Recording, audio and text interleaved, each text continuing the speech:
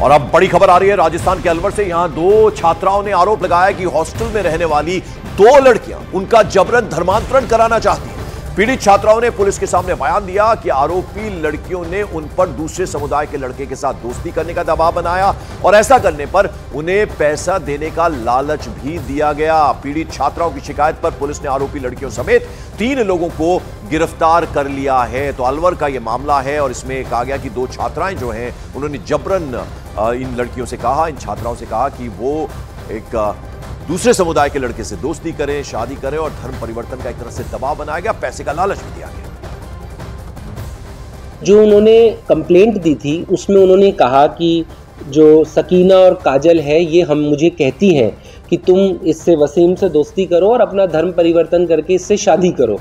ये बात आई है, अब ये किस हद तक सही है, क्या ये कोई कॉलेज राइवलरी का मैटर है या ये कोई गंभीर इशू है? मुकदमा दर्ज इसीलिए किया गया कि गहनता से इसमें अनुसंधान हो जाए।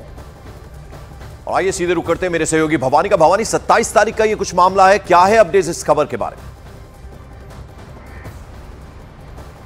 देखिए पंकज, इसमें पुलिस इन्वेस्टिगेशन कर रही है और मामला बेहद गंभीर है क्योंकि धर्मांतरण जो गैंग काम करती है वो इसी तरीके से काम करती है। मॉडस ऑपरेंडी तकरीबन यही होती है। इसमें ये दोनों लड़कियां जो विक्टिम है एक ही साथ एक जगह वहाँ रहते हैं, कमरे के अंदर रहते हैं, पास में हैं।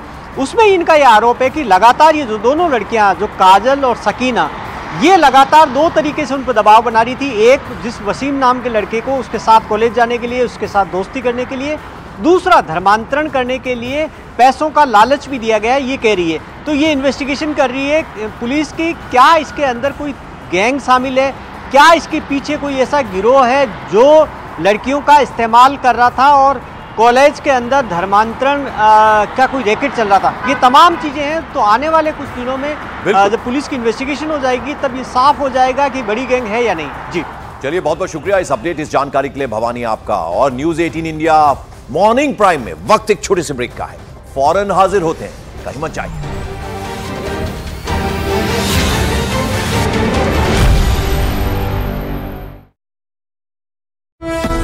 शुरुआत करने जा रहे हैं आज लोकसभा चुनावों के लिए। बीजेपी अपने उम्मीदवारों की पहली लिस्ट जारी कर सकती है। इस लिस्ट में बीजेपी के बड़े चेहरों के नाम शामिल हो सकते हैं। बीजेपी केंद्रीय चुनाव समिति की बैठक में देर रात तक नामों पर मंथन चला। जानकारी के मुताबिक प्रधानमंत्री नरेंद्र मोदी और जेपी नड्डा की मौजूदगी में करीब 4.5 घंटे तक चली बैठक में कई उम्मीदवारों के नामों पर फाइनल मुहर लग गई है। और 3 तस्वीरें आपको दिखाते हैं। पहली तस्वीर रात 11:15 बजे की है जब प्रधानमंत्री नरेंद्र मोदी केंद्रीय चुनाव समिति की बैठक में पहुंचे थे। दूसरी तस्वीर केंद्रीय चुनाव समिति की बैठक की है और तीसरी तस्वीर करीब 4.5 घंटे की चर्चा के बाद बैठक से निकलते प्रधानमंत्री नरेंद्र मोदी की।